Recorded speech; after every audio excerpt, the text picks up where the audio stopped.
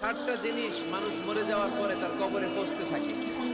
ইন্না মিম্মা ইয়ালহাকুল মুমিন মিন হাসানাতিহি বা'দা মাউতিহি, মানুষ মরে যাওয়ার পরেও যে 7টা জিনিস তার কবরে পৌঁছায় তার মধ্যে একটা হচ্ছে মসজিদান বানাহু, সে যে মসজিদ বানিয়ে গিয়েছে ওই মসজিদের সওয়াব। সুবহানাল্লাহ পড়েন। আপনি টাকা দিয়ে মসজিদ বানিয়ে দিলেন, ওই মসজিদে মুসল্লিরা নামাজ পড়ে, রোজাদাররা এসে ওখানে ইফতার খায়, তাহাজ্জুদ আদায়কারীরা তাহাজ্জুদ পড়ে, তাদের সওয়াবের কমতি হবে না, কিন্তু তাদের সওয়াবের একটা পার্সেন্টেজ সওয়াব যে ব্যক্তি মসজিদ বানালো তার আমলনামায় আল্লাহ ঢুকিয়ে দেয়। ইসলামকে ভাল লাগে না, ইসলামকে আউট করে রাখতে পারলেই তো এরকম বড় বড় বোতল খাওয়া যায়। একেবারে সহজ, পানির মতো সহজ, হিসাব একেবারে সহজ। মদ খাইলে 80 ব্যাট, এই আইন বাংলাদেশে চালু হোক, আমরা চাই কি চাই না? চাই সবাই।